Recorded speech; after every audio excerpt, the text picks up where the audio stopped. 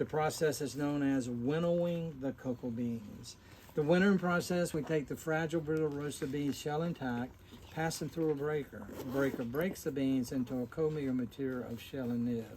The shell is aerodynamic, the nib is heavier. So when that co-meal material mixed in the breaker drops on a vibrating sieve and begins to take a forward motion. As it's taking that forward motion, we're able to utilize calibrated aspirators or vacuum tubes, if you will, where we vacuum that aerodynamic broken shell up away from the broken nib, the nib being heavier in substance and contact, so not lift and drops into a tray.